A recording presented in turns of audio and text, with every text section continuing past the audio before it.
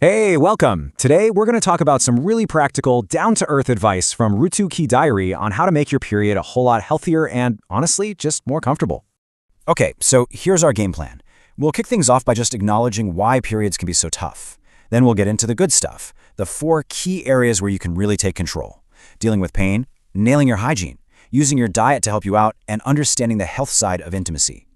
So first up, let's just talk about the problem itself. Because, before we can even get to the solutions, we've got to be real about why this time of the month can be a genuine struggle for so many of us. And this is such a key question, right? Because anyone who gets a period knows it is so much more than just bleeding. It can bring this whole wave of physical and emotional stuff right along with it. Yeah, and you can see the whole range of issues right here. You've got the physical pain, the cramps, the stomach aches, but then there's the whole emotional roller coaster with mood swings and hormones all over the place. And on top of all that, there's just that constant annoying feeling of irritation and dampness. It's a lot. Okay, so this brings us to a really, really important point. The old way of thinking, just gritting your teeth and pushing through the pain, is out. There are simple, proactive things you can actually do to feel better. And I love this slide because it shows a total shift in how we should think about this. We're moving away from that old school idea of just suffering in silence and into a much smarter approach of actively taking charge of your comfort.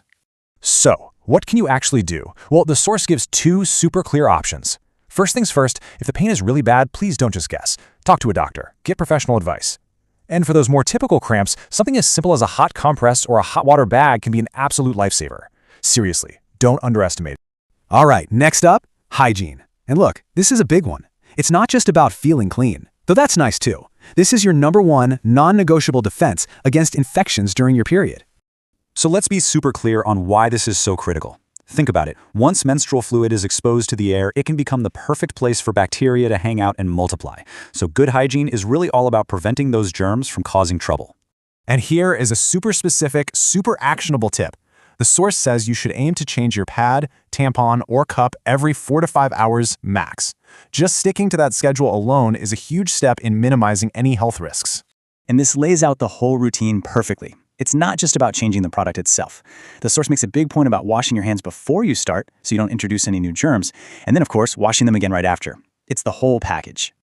Okay, so we've talked about external care. Now let's talk about what's going on inside. What you're eating and drinking can have a surprisingly massive impact on how you feel. Your diet can be a total game changer, for better or for worse. Now this is a really interesting tip from the source, and maybe one you haven't heard before.